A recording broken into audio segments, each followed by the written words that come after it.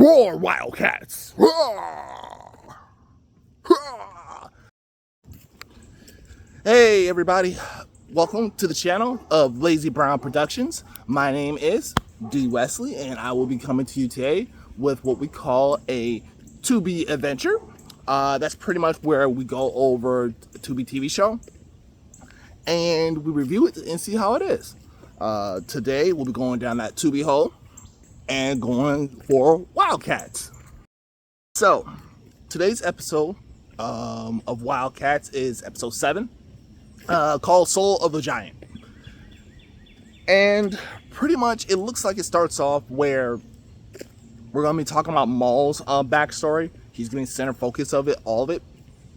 And during it, we see pretty much how he feels about truly being the way he is. We kind of gotten hints of it before, but go into more of a of his history. Now, the story starts off where pretty much the WildCats are in the Middle Eastern Light Country, and they got word that the Damites are doing something. So, Zealot, Warblade, and Grifter, Zealot, Warblade, and Grifter, they went ahead and they went undercover, where this guard kind of points a gun at them, says like, freeze! And they're supposed to be undercover, but Zealot says, yeah, no, and chops up the gun, knocks him out, and pretty much say like, oh, he's Dynamite. Lucky! And she sits there and says like, see, I knew he was Dynamite. And that's what Grifter pretty much alluded like, yeah, no, like, you wait till after you knock his ass out before you even check. She said like, well, you know, he did pull a gun. So, well, to be fair, you have 3 people in the middle of the night confronting you what appears to be a back alley, and you're supposed to stand on guard. The average person will back away and say, I digress. So they go in there to find out that apparently the Dynamites have what appears to be digging equipment, and so they hop and they sneak on board. So I guess eventually they'll get whisked away. Then we transition over to Maul. Maul's in deep thought and on guard duty. And while he's in deep thought, he remembers the time when he was a kid, which apparently him and his father spent time in the desert, because apparently his father's an archaeologist, looking up ancient ruins. And during that time, we find out that Maul has a scar on his arm or hand because of an accident he was in that his father saved him from. He did feel bad because they had to shut down the whole dig. He said like, Dad, I know how hard you worked. And that's when the father sat there and said, you're more important to me than any dig. So you kind of already get a sense that their relationship is very strong. Where Voodoo kind of stamps him out of it, they discuss his relationship with his father and that fact of Maul never told him what happened for fear that his father would reject him, because he looked up to his father like a lot of young boys would. He looks up to his father and he doesn't want to see he didn't want his father to see him in what he believed is a disgraceful state. Well, Spartan gets a call from the other teams to say like, hey, we got to lead on Dynamites. So he gathers on Maul and Voodoo and they head on out. In this part right here, had me laughing because they're, underneath this truck and holding on to dear life to make sure they don't fall while riding it.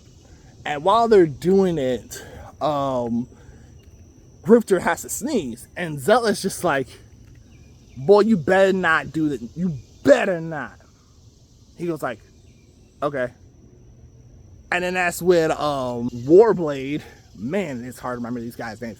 So that's pretty much when Warblade did sneeze instead. He goes like, my bad. And so sort of an explosion happened and fighting pursued. On the outskirts, Spartan kind of noticed the signal, which I don't think that was the exact signal they were looking for. So they go ahead and they get the signal to roar, WildCats. Roar! Roar! So they would leap into action. A battle ensures, and that's when Maul, or at least the WildCats, notice that Maul's father is at the excavation. Maul can't believe it because his dad's a good person. So he asks Voodoo, like, hey, is my dad being possessed? And she says, no, he's not. Like, I don't see nothing going on. He goes like, no, not my father. No. So from there, you know, you see him get bigger and then start rampaging and destroying stuff like a Hulk-like creature. So as he's rampaging and destroying things, all the while he's trying to figure out what's wrong with Maul. And the funniest thing happened was when they're trying to say, like, what's going on? What's up with all these typhoons? Spartan gets flown away like a little chipmunk in the wind. He goes like, and he's like, had the most stern look on his face. It's just like, how can I put it? He goes like, Maul lose control. So, at me rolling. After that happened, they finally found a way to calm Maul down, and you know the Dynamites dip on out. Maul comes face to face with his father, and Maul's father looks at him and says, "What type of creature is this?" And Maul's like curdled up in a position, crying. So that's when Spartan tries to explain to him who he is, but the others tell him it's not our place to do it. So we fast forward to now.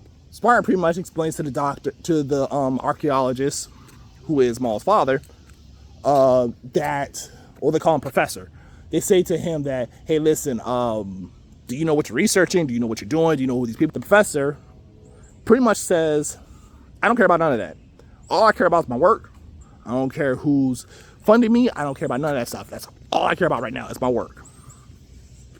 So Spartan pretty much lets them know that, hey, listen, well, we're going to be the ones taking over, and we're going to have you start working as we're pretty much going to be your assistants now. The WildCats are. So after that, they begin digging. Maul helps out. You can see the two start sort of bonding over the ruins. And Maul pretty much showing that he knows the stuff, and the professor being sort of shocked at his knowledge of things, which Maul pretty much kind of hints at, I was taught by the best, which was him. And he goes, well, what do you mean by that? So Maul still plays coy. Voodoo's trying to tell him, like, tell him who you are. But Maul is still hesitant about it. You start learning that the professor became kind of a work maniac, which Maul even said, my father was never like this. He's not this type of dude. But you find out that he became a work maniac because his son just up and disappeared. We then transpire to where the Dynamites start attacking them again. As they're attacking, Maul manages to save his father. As he saves his father, he notices, he pretty much says in a roundabout way, is like, hey, look, I'm your son, you know, by giving hints of like, hey, you saved me in the past, and the scar on Maul's hand. Once they kind of figured all that out, and the fight kept going on, the Dynamites eventually captured the professor. So as they go to save him, apparently they got to repair the ship. I'm guessing the Dynamites blew part of that up. And we kind of find out right there that it said Void is trying to repair the ship, which honestly you think that would kind of be a Void is their sentient computer. But you think that would be something you explain, that Void is there. But whatever. So with that in mind, we see that the Dynamites have the professor at the original archaeological dig where Maul got his scar, and it got shut down because pretty much the professor had to save his own son. So eventually, as they say, like, Professor, you're gonna start digging, and the professor's like, well, there was nothing here. He goes like, well, you didn't dig further enough. You almost had it. So with that in mind, they told the professor to start digging. He was like, I'm not doing it. You know, I'm not gonna help you guys out, because, you know, he just learned that his son was alive. He also learned that he's also a good guy fighting evil. by moonlight. There's a big, there's the one named Sailor Moon. But yeah, so after that happened, the Daymites were gonna have him possessed by one of their little alien things, but luckily Maul stepped in, beat the Daymites, and the Daymites ran away. When the Daymites ran away, that's when Spartan told Maul, "Hey, look, man, we ain't gonna go after them. It's not worth it. We're here for one thing only." So they're trying to figure out where the other piece, because apparently they're looking for these slabs that have been broken apart and combined together to get more information on what would be called the orb. During the episode, Maul kind of figured out that when he read one of the earlier slabs, he kind of could find the missing piece.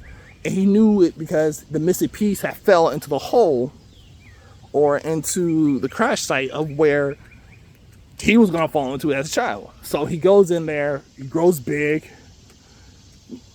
gets a missing piece or missing slab, picks it up, and they kind of combine it all together.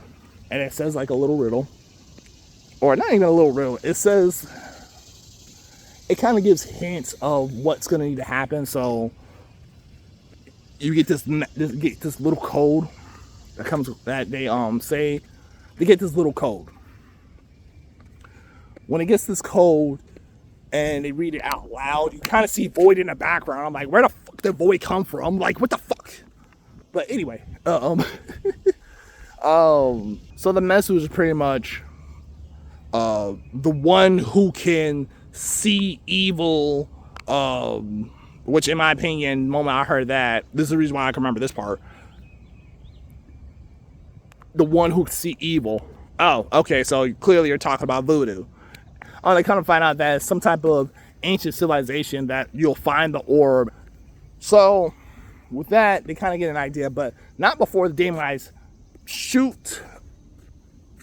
Not before the Daymites shoot Spartan. And once they shoot Spartan, that's when they go ahead and they capture the slab or the tablet or whatever you want to call it, and they dip out. And now they all sit there and say like, well, the race is on. Who could get to the ancient civilization first to get the orb? That's powerful. Which honestly, we already can tell that voodoo's gonna have something to do with it. Overall, my thoughts on the episode. Not a bad watch. I would say 7.7. Nothing too bad. Nice little thing to sit down and relax. It's not to get back into it. I've been off for a bit, but honestly, I'm slowly making my way into it. But I will say, again, WildCats works best when you focus on one person and then go into team action so far. But it's still better than the first episode. I'm gonna see what the episode 8 carries with it, but we'll see. Tell me your thoughts. Tell me what your opinions, any type of critique or anything like that. I would love to know. But I hope that you have a great day. Thank you for tuning into the channel, and stay blessed. Actually, no. And stay hungry. Yeah, that's it. Stay hungry. But I'll catch you later. Okay then. Bye bye now. In the name of Ace Ventura.